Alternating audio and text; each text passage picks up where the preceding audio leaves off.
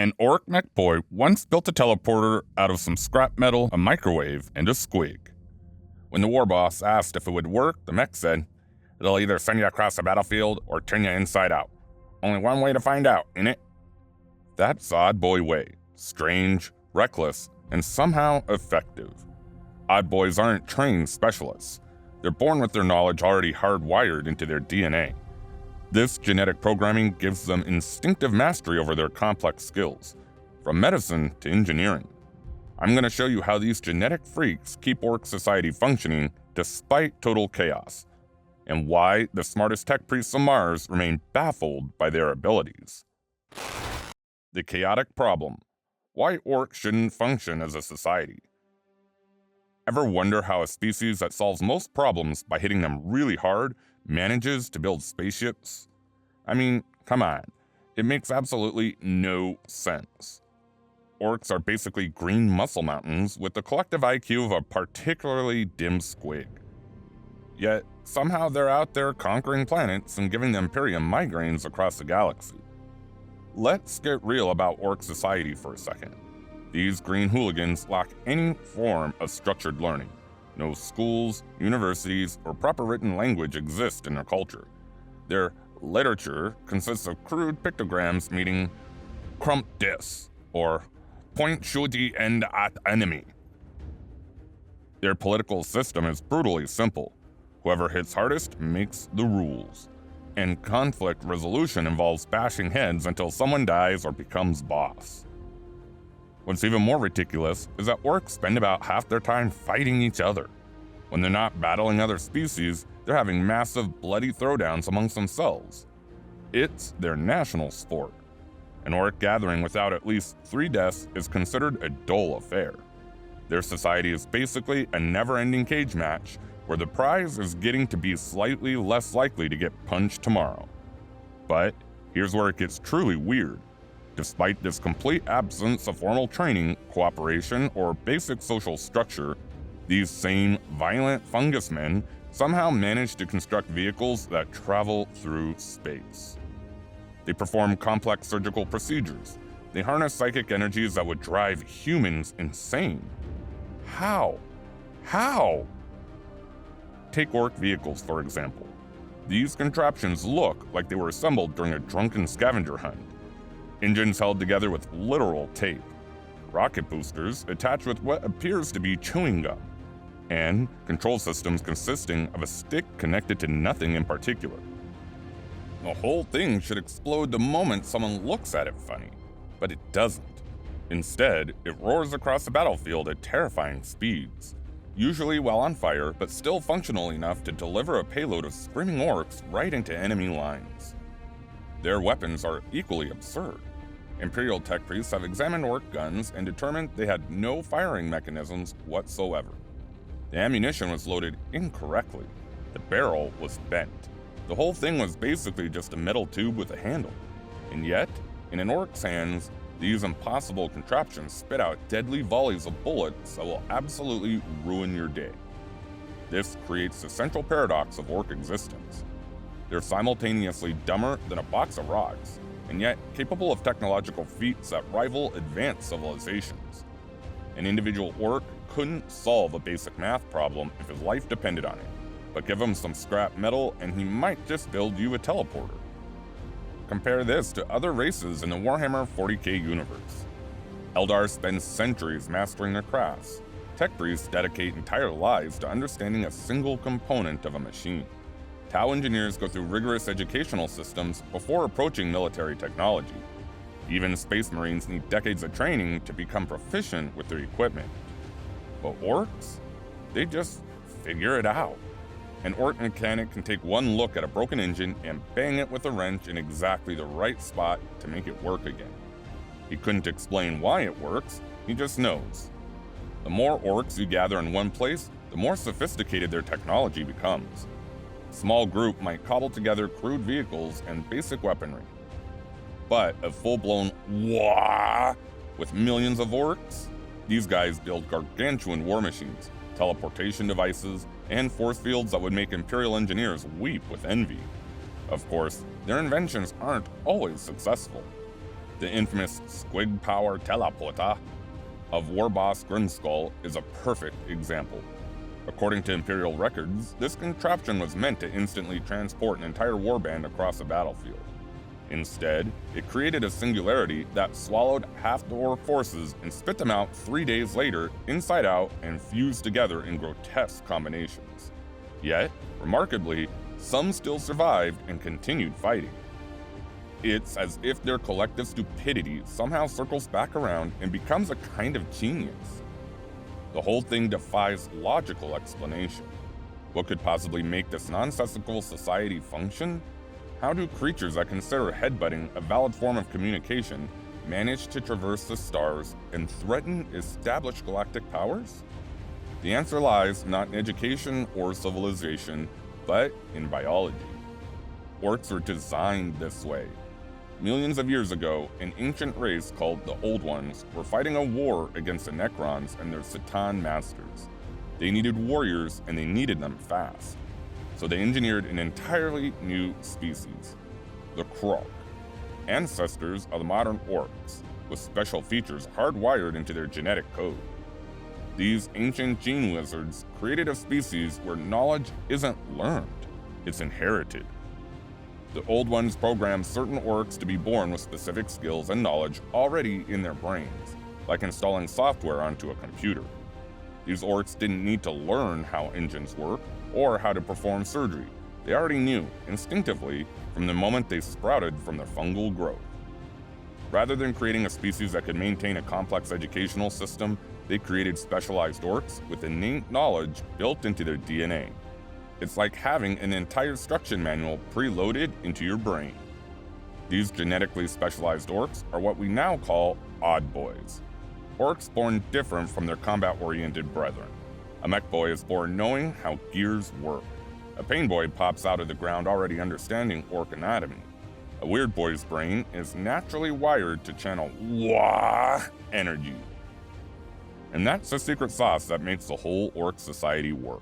Without these specialized genetic freaks, the entire Ork empire would collapse.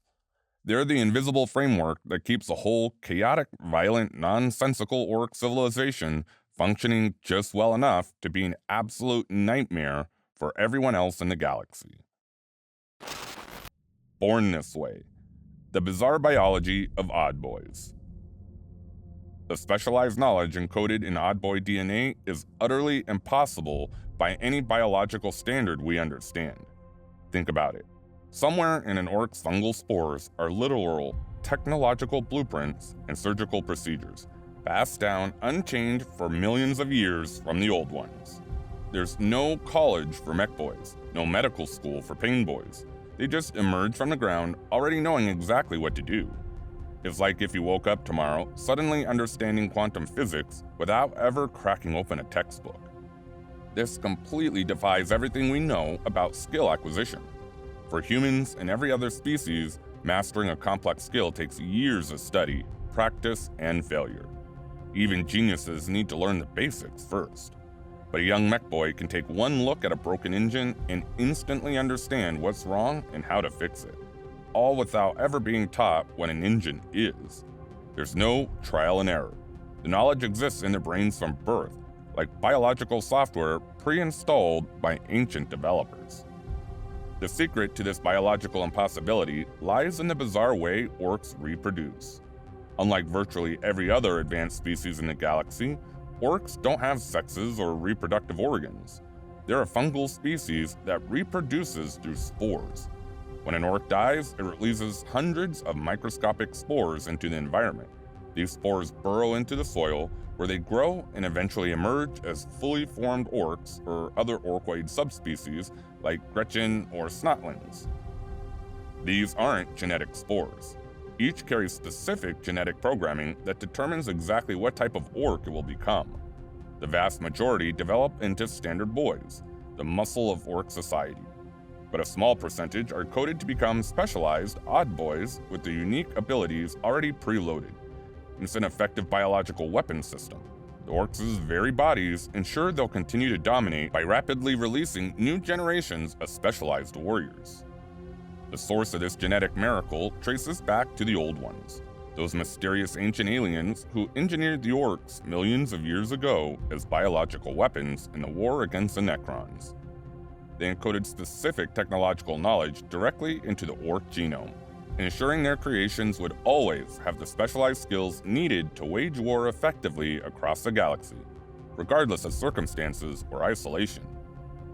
This genetic programming is so precise that if you asked a Painboy how he knows which organs to remove during surgery, he'd probably just shrug and say it was in his blood all along.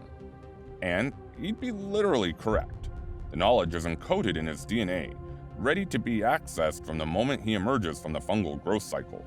There's no conscious learning involved. The information just exists in his brain as natural as breathing. You can observe this phenomenon when young Oddboyz first start to mature. A juvenile Mekboy might initially seem like another Ork, but will collect bits of scrap metal. He'll stare at machinery with unusual focus or disassemble weapons just to see how they work. No one teaches him to do this. He's drawn to mechanical objects by instincts hardwired into his being. Even more unsettling is watching a young Painboy develop. Where other Orklings might be play fighting, a budding Painboy will cut open small creatures. He examines their insides with scientific curiosity. By maturity, he'll perform crude surgeries on wounded Orks with unexplainable precision. The weirdest part might be that these Ork boys don't question where their knowledge comes from. It feels completely natural to them, like how you don't question your ability to recognize faces or speak your native language. The knowledge simply exists, inseparable from their identity. A Mekboy doesn't learn to be a Mekboy, he simply is one, down to his fungal core. But what determines which spore becomes which type of Oddboy? What invisible hand decides the perfect ratio of Painboys to Mekboys in each new generation? The answer remains one of the galaxy's most disturbing mysteries. Some Imperial xenobiologists theorize that environmental factors might influence spore development, with different battlefield needs triggering different types of Oddboys to emerge. Others suggest it might be a fixed percentage, genetically predetermined by the old ones to maintain the optimal balance for warfare. This system ensures that every sufficiently large Ork population will spontaneously develop all the specialized skills needed to wage war. No matter how isolated or technologically primitive an Ork colony begins, given enough time and numbers, Mekboys will emerge to build vehicles, Painboys to patch up the wounded, and Weirdboyz to channel psychic energies. It's a self-contained, self-perpetuating war machine that requires no outside instruction. What makes this more remarkable is how this knowledge has remained intact over millions of years. The Orks have been fighting across the galaxy since before humanity discovered fire. Yet, the technical knowledge encoded in a modern Mekboy is essentially identical to what it was eons ago. While human knowledge must be painstakingly preserved through written records and careful teaching, Ork knowledge simply exists, unchanging, uncorrupted across countless generations. The biological specialization helps explain how a species that spends half its time fighting itself can still pose such a serious threat to technologically advanced civilizations. The Imperium needs centuries to train tech priests and Medicae specialists, carefully preserving knowledge across millennia. Eldars spend decades mastering the craft, guided by ancestors with thousands of years of experience. But Orks simply need enough spores and time, and specialists will emerge from the ground ready to wage war. The story of the Oddboyz exemplifies why Orks are simultaneously one of the most ridiculous and most terrifying threats in the galaxy. Their society seems absurd, violent, crude, disorganized. But underlying it all is this insidious biological brilliance, this perfect system designed by the old ones that ensures Orks will always have exactly what they need to keep fighting, to keep spreading, to keep returning no matter how many times they're defeated. Mekboyz, when junk becomes deadly tech. If you think human engineers need years of education, wait till you see what Mekboyz can do without ever opening a book. These green-skinned mechanics can look at a busted Imperial tank, scratch their heads, and then rebuild it into something twice as deadly using nothing but garbage and pure instinct. The most mind-boggling aspect of Mekboyz is how they build. Their creations should be impossible, yet somehow they work. And they work spectacularly well. Most of the time. Every Mekboy creation has its own unique personality, from the smallest modified spanner to the colossal gargants that serve as mobile fortresses. Each orc contraption stands as a testament to their chaotic creativity. A Mekboy follows their gut rather than blueprints, adding whatever bits and pieces feel right in the moment. That's why you might see an orc vehicle with headlights made from stolen Imperial helmets, or a gun that combines 3 different weapons strapped together with squig leather belts. The workshop of a Mekboy resembles a junkyard crossed with an explosion factory. Sparks fly, metal screeches, and occasional detonations send Gretchin assistants flying across the room. Those poor little grots deserve hazard pay they'll never receive.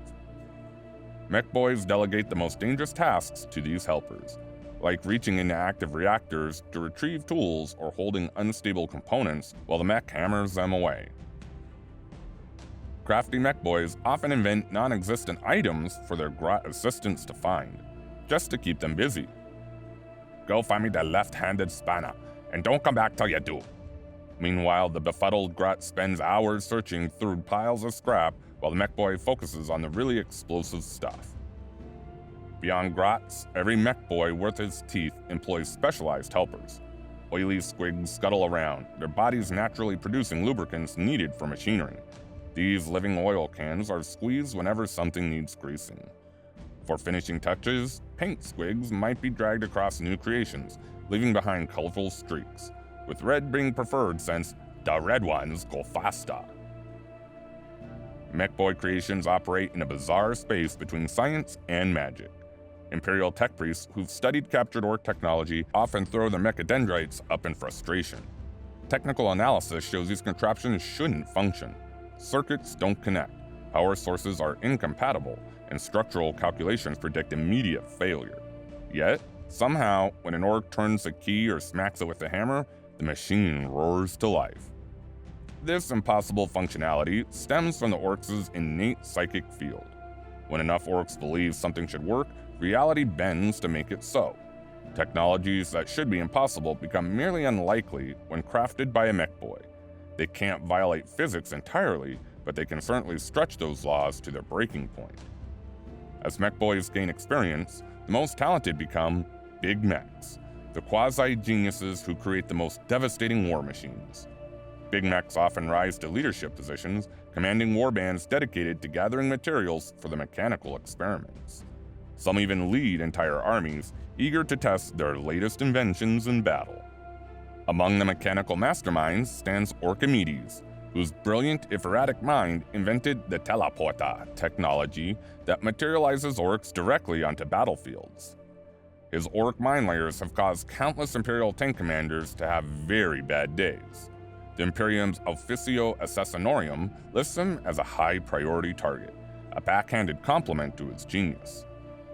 Equally impressive is Buzzgob, whose creations have turned entire planetary defense systems into smoking craters, and Wazdaka Gutsmuck, the greatest warbiker who modified his bike to reach legendary speeds. One particularly infamous invention was the Suptap Shuka, a massive energy cannon mounted on Wazdaka's personal stampa that could vaporize entire tank columns with a single shot. Big Mechs are identified by their signature custom force field, a shimmering energy shield that deflects enemy fire while allowing orc shooters to blast outward. The orcs create stable energy fields when Imperial scientists need building-sized generators is another example of how Mekboys defy engineering principles. The shock attack gun represents peak Mekboy insanity. This weapon creates a warp tunnel through which unfortunate snotlings are fired. These small greenskins emerge inside enemy tanks, bunkers, or power armor, where they materialize in a panic and begin clawing at everything. This combines teleportation with living ammunition in ways that would make even radical tech priests scream in technological heresy. Mekboys form natural partnerships with other orc specialists. Lutas provide new materials stolen from battlefields, while Bonaboys supply necessary forge heat. Their cooperation with Painboyz results in the fusion of Orkoid and machine that creates walking death machines like Kilakans and Death Dreads. Mekboyz are the true driving force behind every WAAAGH. They provide the technological foundation that transforms angry green-skinned brutes into an interstellar invasion force. Without them, Orks would be stranded, limited to fighting enemies they could reach on foot. It's the Mekboyz who build ships, create weapons, and develop means for Orks to spread violence across the galaxy. A visionary Mekboy often ignites a WAAAGH, perhaps by building a weapon that impresses a war boss or creating ships capable of reaching new worlds. Where Mekboyz go, destruction and innovation follow, a contradiction that encapsulates the Ork approach to technology. For speed freak warbands obsessed with velocity, Mekboyz are particularly revered. They maintain the bikes, buggies, and battle wagons that feed the speed freaks' addiction to adrenaline. A good Mekboy in such a warband might find himself showered with teeth, Ork currency for adding just a bit more speed to an entirely dangerously fast vehicle. Painboyz, Sawbones, Scalpels, and Squigs. While Mekboyz might get showered with teeth for fixing your ride, Painboyz earn their payment through a completely different service. One you'll be paying for whether you walked in voluntarily or were dragged in unconscious. These green-skinned surgeons represent the nightmarish fusion of medical technology and sadistic curiosity, wielding tools that would make Imperium torture masters nod with professional appreciation. Painboyz possess an intuitive understanding of Ork physiology that would take human Medicaid decades to acquire, if humans could even comprehend the bizarre biological quirks of Ork anatomy in the first place. These walking medical nightmares perform complex procedures with the casual disregard of someone changing a light bulb. Need a limb reattached? A quick stitch job with some wire and maybe a staple or two. Got a hole where your chest used to be? Nothing a metal plate and some creative hammering can't fix. The toolkit of your average Painboy would send an Imperial medical professional running for the nearest airlock.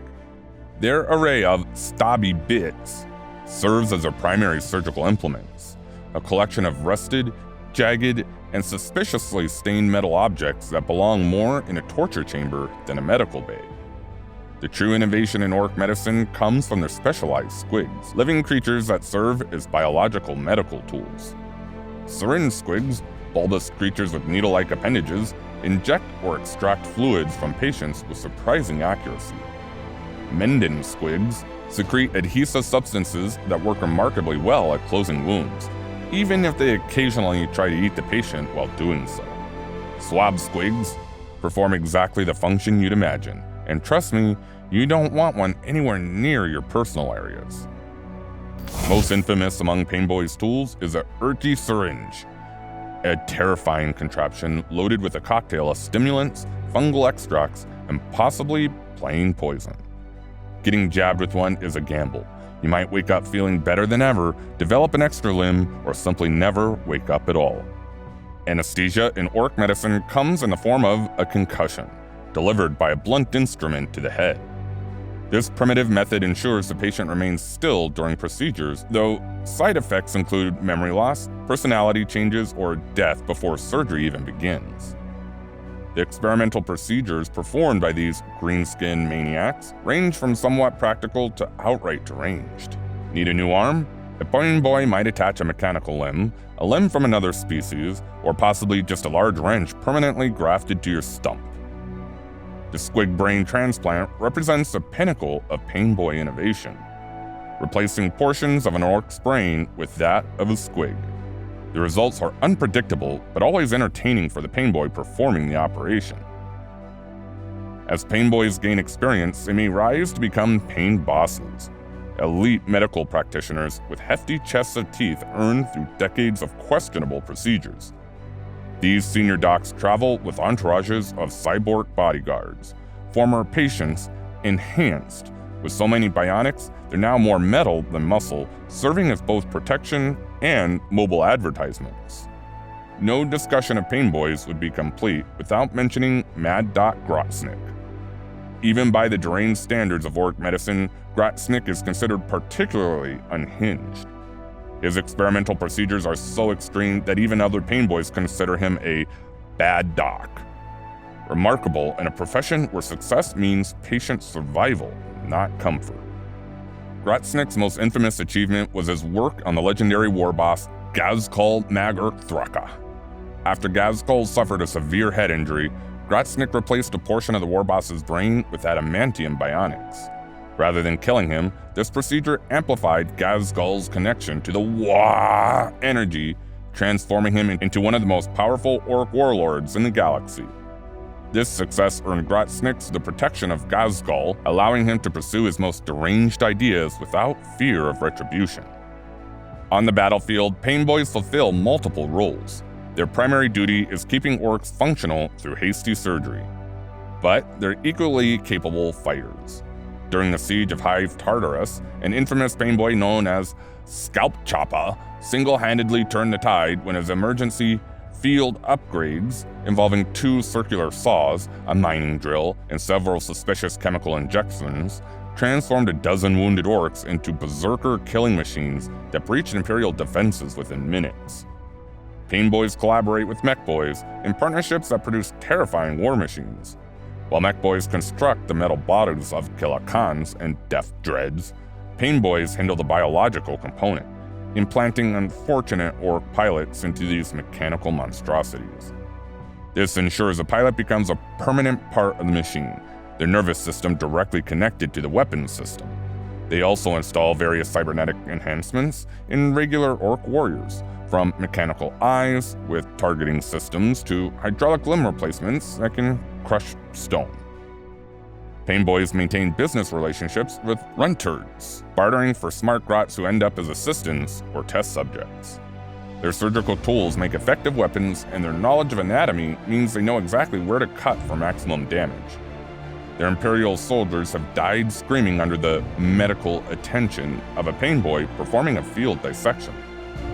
The real nightmare for enemy forces is the resilience of orcs treated by a skilled Painboy.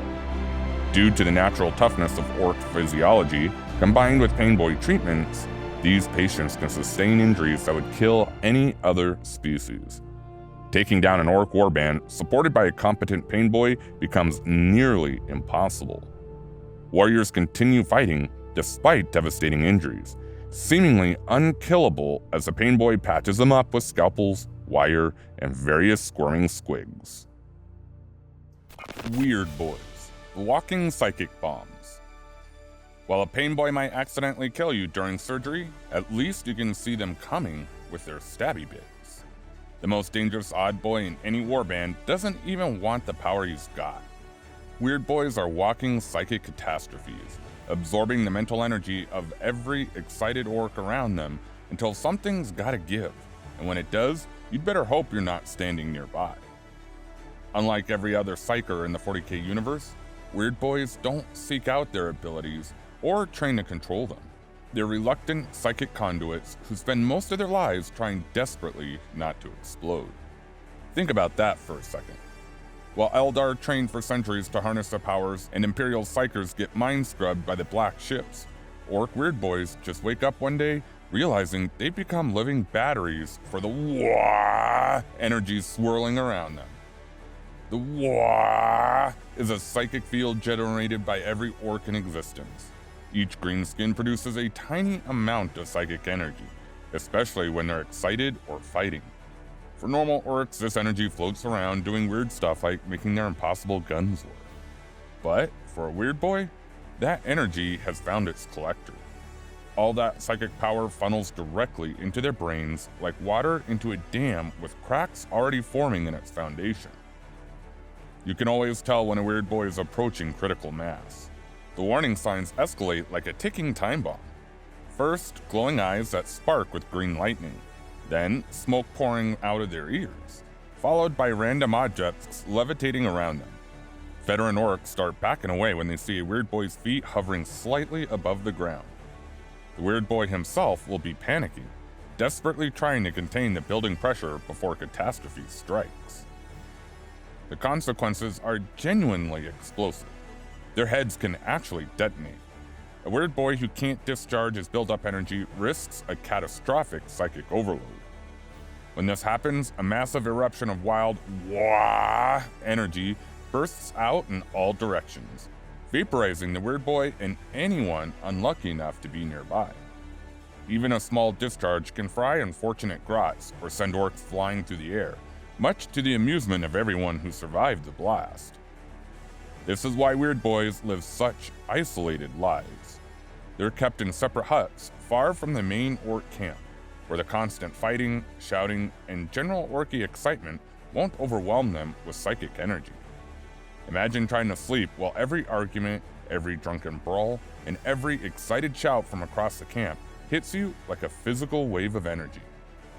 Even small conflicts around a campfire can be too much, causing their eyes to spark and shoot out stray bolts of lightning, much to the confusion and dismay of any orcs nearby. Most Weirdboys carry distinctive copper staffs as psychic lightning rods. Copper acts as a conductor for WAAAGH energy, helping to ground the building's psychic power before it reaches critical levels. These staffs serve both as channeling tools and emergency safety valves, helping the Weirdboy to focus and direct the immense forces they unwillingly host. You'll see these staffs decorated with orky glyphs and trinkets, partly as decoration, but mostly as desperate attempts to control the unpredictable energy they channel. During battle, Weirdboys become both incredibly valuable and terrifyingly unpredictable assets. When controlled, their powers manifest in devastating ways. They can unleash bolts of incandescent green lightning that fry enemies where they stand, or generate waves of psychic energy that send foes flying. Some Weirdboys can bellow out a great WAAAGH that emboldens their allies, compelling them to charge with primal fury. Perhaps most impressive is their ability to essentially teleport orcs across the battlefield, though tossing them forward in a storm of green lightning might be more accurate than true teleportation. The problem is that these abilities are about as precise as a drunk orc with a rocket launcher. A Weirdboy aiming to devastate enemy lines might just as easily fry his own allies, teleport them into solid rock, or create a psychic vortex that sucks in friend and foe alike. These accidents are so common that many war bosses keep their Weirdboys at the back of the battle line, only bringing them forward when absolutely necessary, and usually with expendable grots nearby to absorb any misfires. Not all Weirdboys remain reluctant vessels forever. Some undergo transformation, gradually embracing the chaotic energies flooding their minds. These orcs become warp heads, Weirdboys who actually revel in their connection to the WAAAGH and the destructive potential it offers. Rather than trying to contain their powers, warp heads actively seek more, becoming more feral and more effective as they surrender to the raw energy flowing through them. Warpheads are particularly terrifying because they gain a level of control that normal Weirdboys lack. They become active manipulators of WAAAGH energy rather than passive conduits.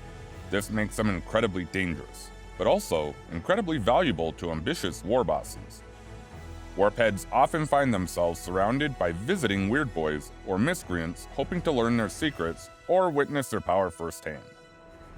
Of course, being anywhere near a warphead during a power surge is about as safe as using a squig as a pillow. What makes Weirdboys truly unique among Oddboyz is that they're often more dangerous to their own side than to the enemy. The Mekboy might build a gun that explodes, but it only kills the unfortunate orc holding it. A Painboy might accidentally kill a patient, but that's just one orc lost. But a Weirdboy having a meltdown in the middle of a warband, that's potentially dozens of orcs vaporized in seconds. This inherent danger creates a strange paradox in orc society. Weirdboys are simultaneously respected for their power and ostracized for their unpredictability. They're valuable weapons, but walking disasters. They're given special status, but kept at arm's length. Most Weirdboys themselves don't even want their powers.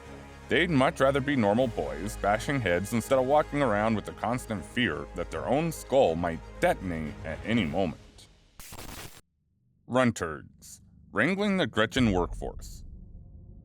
Runtherds, wrangling the Gretchin workforce. If Weirdboys are walking bombs waiting to explode, Runtherds are the Orkish equivalent of prison wardens managing the galaxy's worst workforce.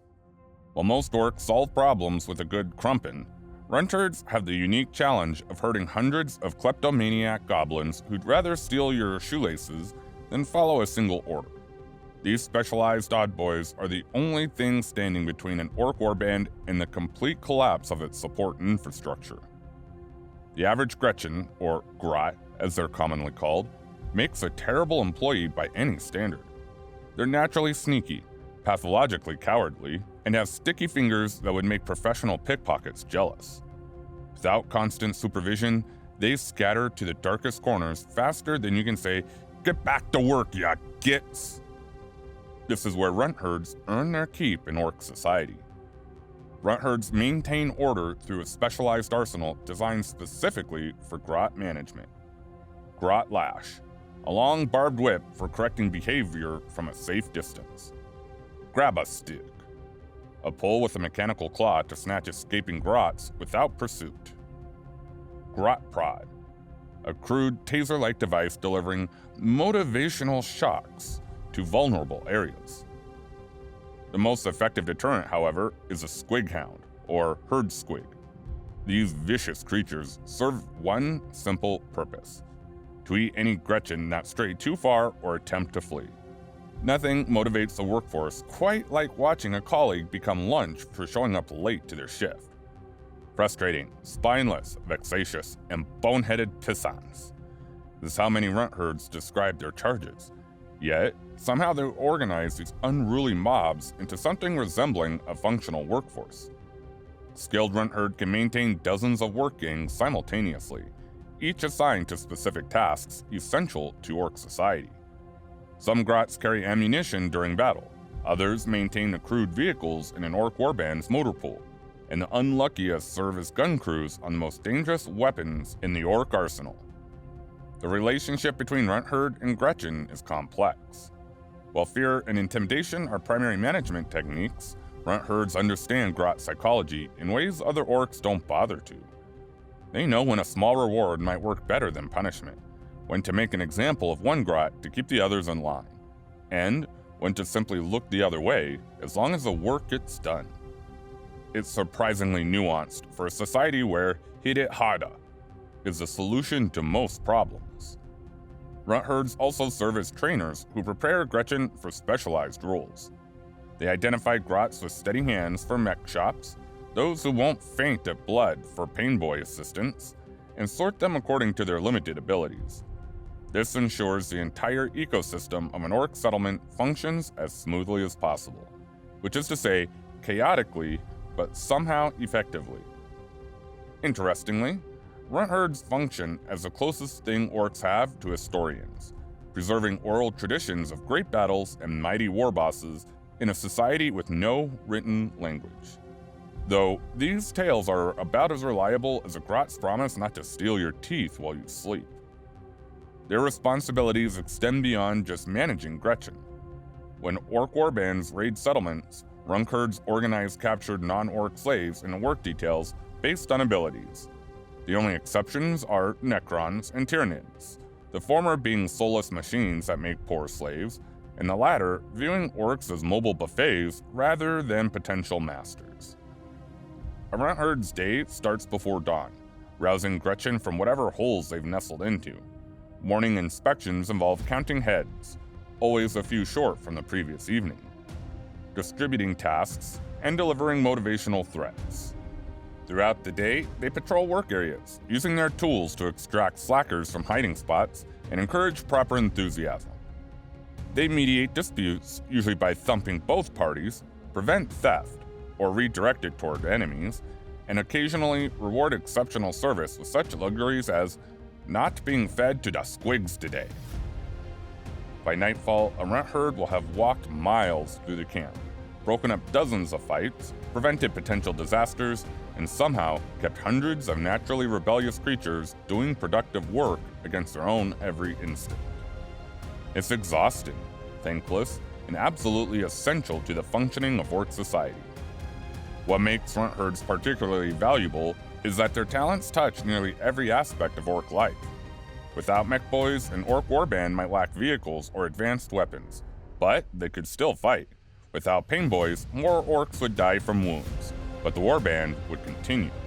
Without Runtherds, however, the entire support infrastructure would collapse as Gretchin scattered, supplies disappeared, and the countless small but crucial tasks that keep an Ork settlement functioning would simply stop happening. The next time you see a Runtherd model on a tabletop, usually distinguished by the whips and squig hound at their side, remember that you're looking at the unsung heroes of Ork society. They may not build the guns or heal the wounds, but without their constant vigilance and specialized toolkit for grot motivation, the mighty WAAAGH machine would grind to a halt under the weight of its own chaos. Flyboyz, speed freaks of the sky. When the ground can't satisfy an Ork's need for speed, there's only one way to go: up. The Flyboyz make their speed freak cousins look positively cautious by comparison. These airborne lunatics represent the ultimate evolution of the Orkish obsession with velocity, except they've abandoned terrain entirely in favor of the limitless thrills that only the sky can provide. The relationship between Flyboyz and other Orks is complicated at best. Most greenskins see these aerial daredevils as a different breed of Madboy, and frankly, they're not entirely wrong. The constant exposure to extreme speeds, violent G-forces, and chaotic aerial combat rewires their already limited brains. This neurological transformation produces a perpetual state of manic euphoria unique to Flyboyz. This altered brain chemistry explains why Flyboyz execute maneuvers that make other Orks blanch with terror. Like Imperial daredevil stunt pilots performing death-defying barrel rolls through flaming hoops. But with far less skill and far more enthusiasm, Flyboyz careen through the skies in ways that defy both physics and sanity. A standard Ork boy might gleefully charge a space marine with nothing but a rusty choppa, but even he would think twice before diving a rickety aircraft directly into enemy anti-aircraft fire at maximum speed. For Flyboyz, this is their preferred tactic. Their mental state combines adrenaline, endorphins, and whatever passes for dopamine in Ork physiology, all supercharged by WAAAGH energy. Where a normal Ork feels excitement in battle, a Flyboy experiences something closer to religious ecstasy when pulling out of a near-fatal dive or skimming inches above enemy positions while unleashing WAAAGH. This neurochemical addiction drives them to seek increasingly dangerous aerial stunts, creating a feedback loop of escalating recklessness. Owing to their unique psychology, Flyboyz exist in a semi-exile within Ork society. They primarily associate with other Flyboyz, forming tight-knit aerial cliques. Their regular interaction with other greenskins typically involves unfortunate Gretchin slaves who serve as gunners and maintenance crews, along with Mekboyz responsible for keeping their aircraft airborne, at least temporarily. The Evil Sons clan produces the majority of Flyboyz, which makes sense given their clan-wide obsession with speed and noise. Their belief that red ones go faster extends to their aircraft, meticulously painted crimson to maximize perceived velocity. To a Flyboy, red paint is essential performance enhancement.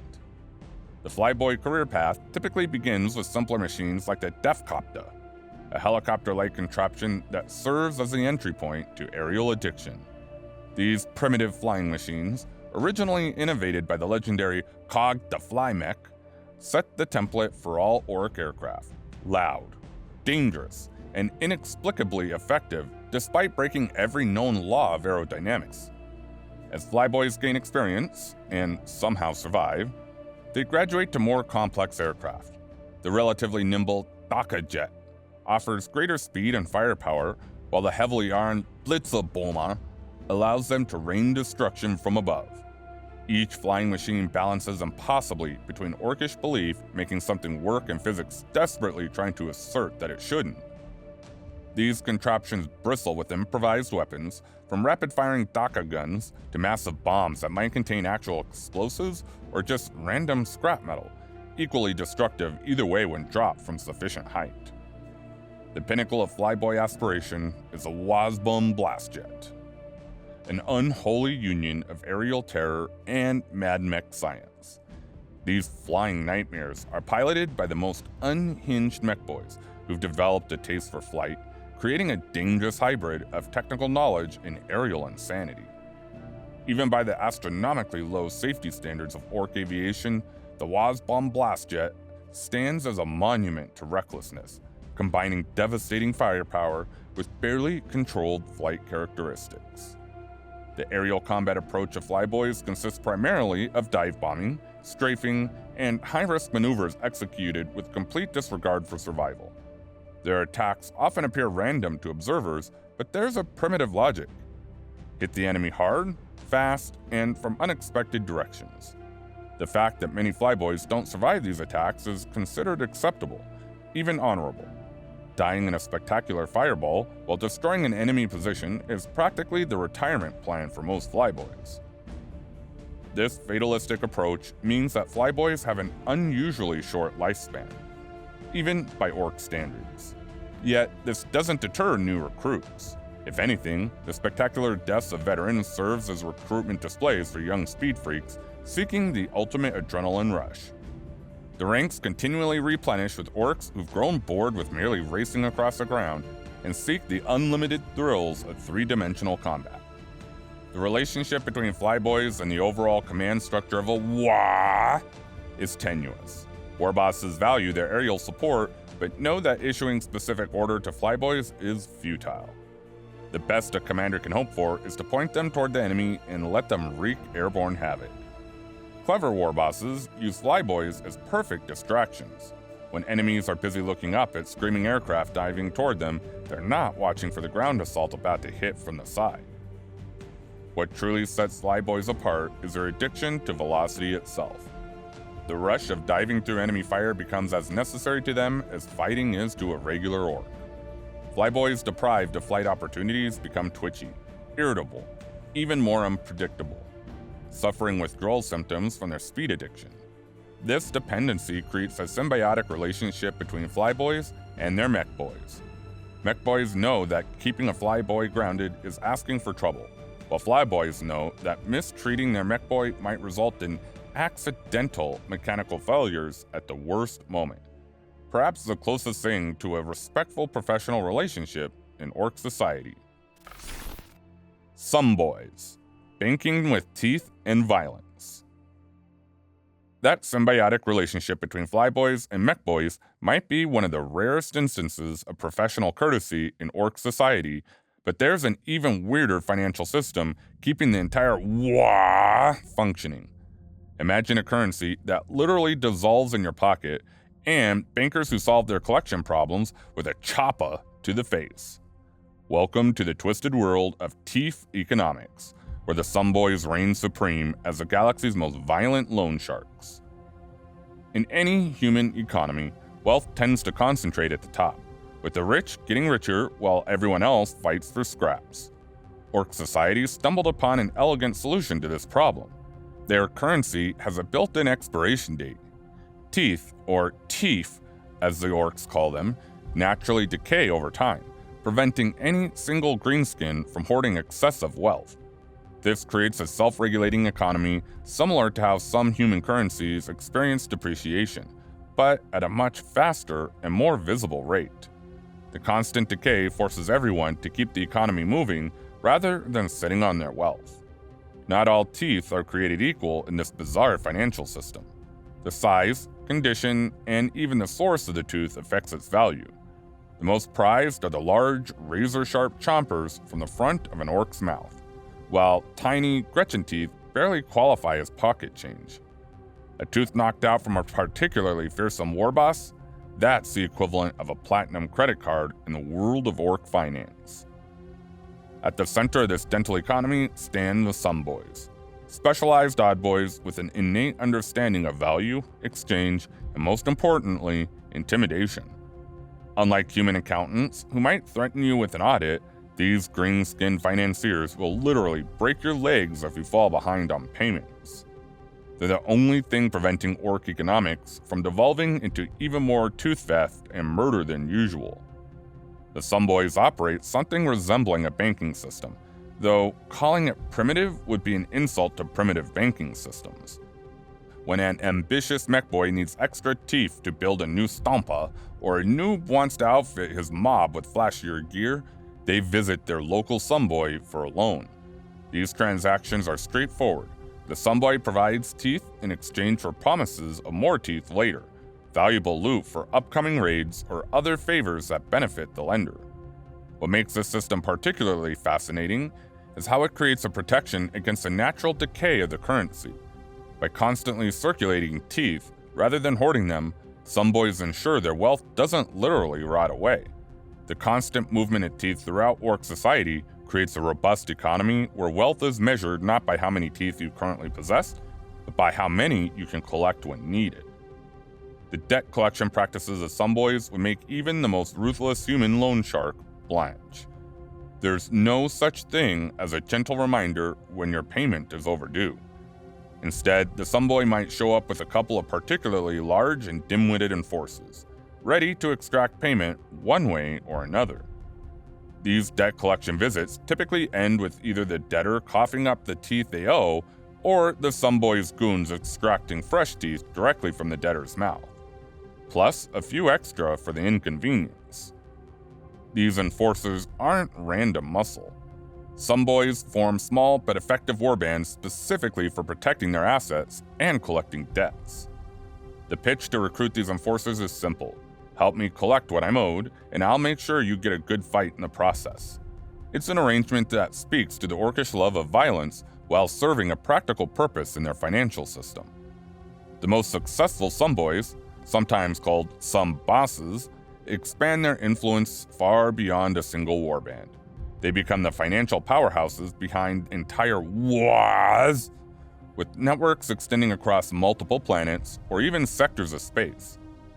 These elite financial Oddboyz form connections with other Sumboys across vast distances, creating a crude but effective banking network that can fund everything from freebooter raids to full-scale invasions. When you see a massive Orc force with surprisingly well-equipped warriors and vehicles, chances are there's a savvy Sumboss somewhere in the background who made it all possible. To protect their accumulated wealth from jealous rivals, Sumboys build elaborate hidden fortresses that serve as primitive vaults. These structures are typically camouflaged or disguised, sometimes even built underground to prevent detection. The smarter Sumboys spread their hordes across multiple locations, ensuring that even if one cache is discovered and raided, they won't lose everything. It's a sophisticated approach to asset protection from creatures otherwise known for their direct, brute force methods. The tooth-based economy is remarkable for its self-regulation. In human terms, it's like having built-in deflation as money naturally leaves the system. This decay creates a natural pressure that prevents any single orc from accumulating too much wealth, forcing constant activity and violence as orcs seek to replace their decaying currency. Unlike human economies that require central banks and complex monetary policies, the orc economy adjusts itself through the natural process of dental decomposition. The Sumboys are key players in the power structure of orc society.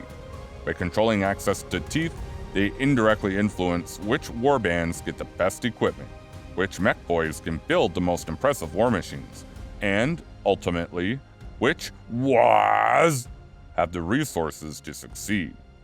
A war boss might be the nominal leader, but a clever Sumboss pulling the financial strings can wield enormous influence from the shadows. The wildest Oddboyz, Madboyz, and Goff Rokkerz. For all their violence and crude methods, most Oddboyz serve practical functions in Orc society.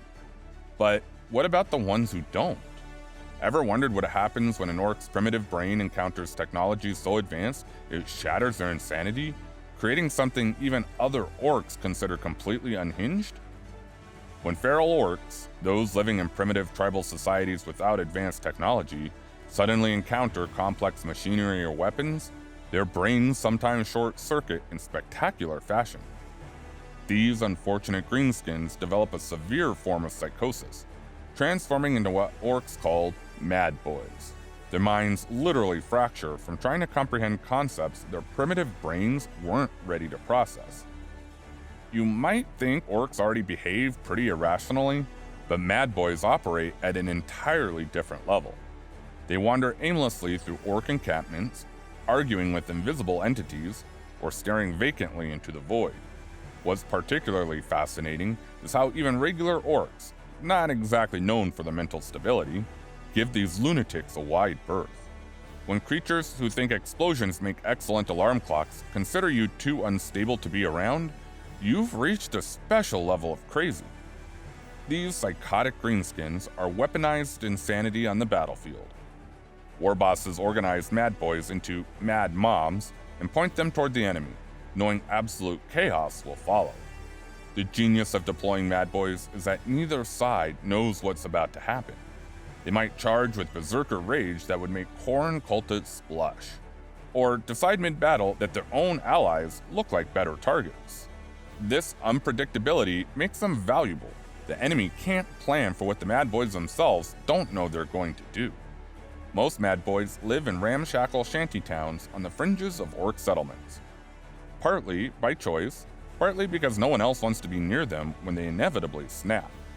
During combat, their unstable behavior can spread to other orcs in a weird form of contagious madness, creating chain reactions of battlefield lunacy.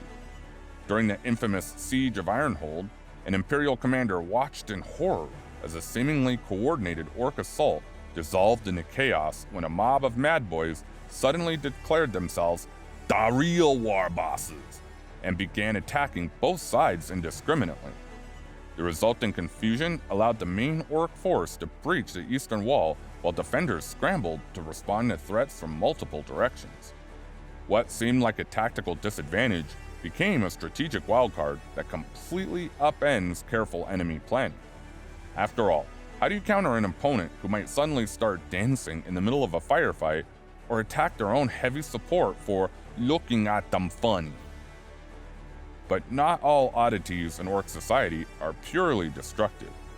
If you've ever thought that a WAAAGH could possibly get any louder, you clearly have not met the Goff Rokkerz, the galaxy's most violent musicians who take the orc love of noise to its logical, eardrum-shattering conclusion. The Goff clan is already notorious for its obsession with close combat and making as much racket as possible.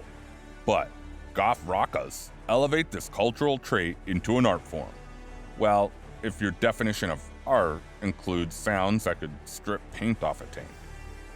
These rare Oddboyz provide musical accompaniment to their war boss's advance, creating a cacophony that somehow manages to be even more stimulating to the orc psyche than the usual screaming and gunfire. Their signature instrument perfectly encapsulates the orcish approach to tool design. Why have one thing when you can have three? The Rocka Choppa Shoota combines an electric guitar, a machine gun, and a battle axe into a single ridiculous weapon. This unholy trinity can shoot enemies from 24 inches away with surprising accuracy, or hack them apart in close combat with extra strength. It's like giving Slash from Guns N' Roses a chainsaw that also fires rockets, completely impractical for anyone but an orc. What makes Goff Rokkerz truly special is their music ability, which directly enhances the combat effectiveness of nearby orcs. At the start of each battle round, they select which type of head-banging tune to play. Gothic rock grants additional strength to all Goff infantry in the vicinity, while EV metal allows nearby Goffs to generate bonus attacks more frequently. During the Battle of Rustmouth Gorge, a single Goff Rokka rallied scattered orc forces with a power chord so violent it cracked Rokkerz. The sudden surge of orcish morale turned a rout into a devastating counterattack that overwhelmed the Astra Militarum position in minutes. Imagine being an Imperial Guardsman already terrified by the green tide charging your position when the air fills with what sounds like someone feeding industrial machinery into a wood chipper while screaming obscenities. That's the psychological warfare component of Goff Rokkerz. Their music is so disturbing it can break enemy morale before a single shot is fired, while whipping fellow orcs into a frenzy of excitement. There are other rare Oddboyz worth mentioning too. Pigdocs serve as a bizarre hybrid between Painboyz and Mekboyz, mastering neither discipline completely. These specialists are commonly found among feral orc tribes, where they tend to war boars that serve as primitive mounts, doping these beasts with various concoctions to increase their aggression. Some particularly cruel Runtherds specialize in encouraging snotlings to climb into shock attack guns, where they're fired through the warp directly into enemy formations. The unfortunate snotlings, disoriented and terrified by their journey through hell itself, emerge inside enemy tanks or power armor and begin attacking anything they can see, weaponizing the smallest and weakest orcs through the power of abject terror. What ties all these bizarre specialists together is how they exist at the very edges of orc society. They represent extreme expressions of orcish traits: violence, noise, technological improvisation, and reckless disregard for safety.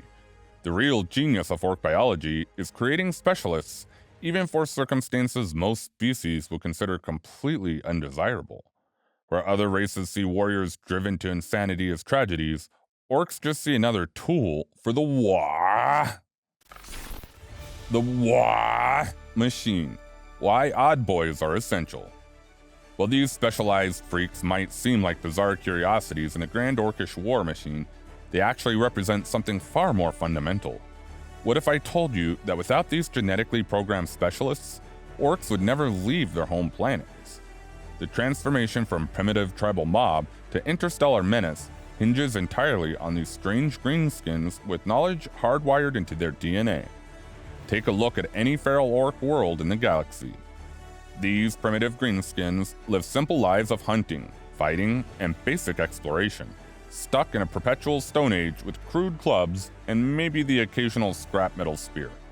They might raid neighboring tribes or hunt local wildlife, but they pose virtually no threat beyond their immediate surroundings. Why? Because these communities lack sufficient Oddboyz to advance technologically. Without Mekboyz to build vehicles and weapons, Painboyz to keep warriors alive through brutal conflicts, or Weirdboyz to channel the WAAAGH energy, these tribes remain permanently trapped in primitive existence. Now, contrast that with a fully developed orc empire. These greenskins construct massive war machines, perform successful field surgeries, coordinate massive armies, manage slave populations, and navigate the stars. The difference is stark, all because of their specialized Oddboyz. As orc populations grow, the percentage of these specialists remain roughly constant, but their absolute numbers increase dramatically. A small tribe might have a single amateur Mekboy cobbling together basic weapons, while a full-blown WAAAGH contains thousands of specialized Mekboyz collaborating on gargantuan war machines and void ships. This creates a feedback loop unique to orc biology. As more orcs gather, more Oddboyz emerge from the spores. More Oddboyz means better technology, medicine, and organization. This technological advancement allows the orcs to conquer more territory and grow their numbers further, which produces even more Oddboyz with increasingly sophisticated capabilities. This exponential growth transforms a nuisance into a galactic catastrophe. The Imperial Guard understands this dynamic, and their tactical doctrines specifically prioritize eliminating Oddboyz whenever possible. Snipers target orcs carrying specialized equipment or exhibiting unusual behaviors. The Officio Assassinorum deploys operatives with the sole mission of eliminating high-value Oddboyz, like the infamous Mekboy Orchimedes. Imperial strategists commit these valuable resources because they understand that without these specialists, the entire orc war machine grinds to a halt. According to classified Ordo Xenos reports, the elimination of a single high-functioning Mekboy can reduce an orc force's technological capabilities by up to 30% within 2 standard weeks. This understanding drives Imperial strategy at every level when facing greenskin threats. Historical records document numerous WAAAGHs that collapsed after losing their key Oddboyz. One instructive example involved an orc invasion that had successfully captured 3 Imperial worlds before an elite Space Marine strike force eliminated the WAAAGH's primary Mekboy enclave. The consequences unfolded in sequence. Vehicles began breaking down, guns stopped firing, and ships lost the ability to travel between systems. What had required multiple regiments to contain suddenly became isolated pockets of increasingly primitive greenskins. Primarily, targeted elimination of Painboyz dramatically reduces Ork combat effectiveness. Without their crude medical interventions, injured Orks either die or remain permanently crippled. During one documented siege, Imperial forces specifically targeted Painboy facilities, resulting in a 40% decrease in Ork combat effectiveness within a single month, as fewer warriors returned to battle.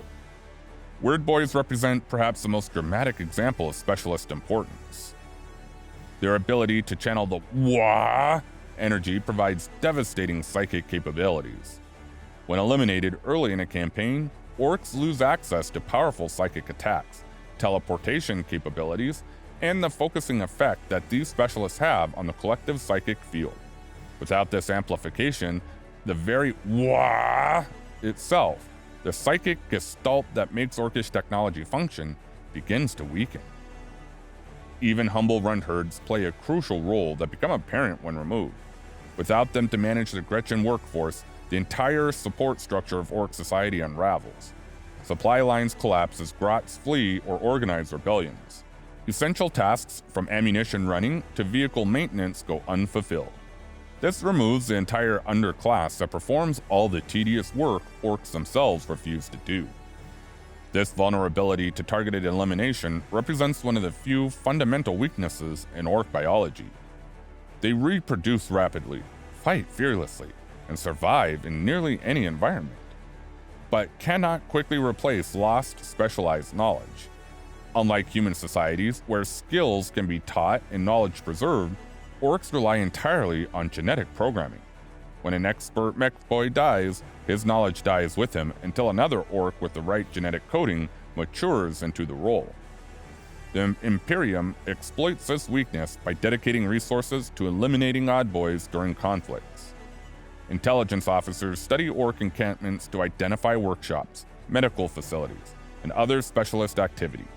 Surgical strikes, precision bombardments, and special operations target these crucial components of the Ork war machine.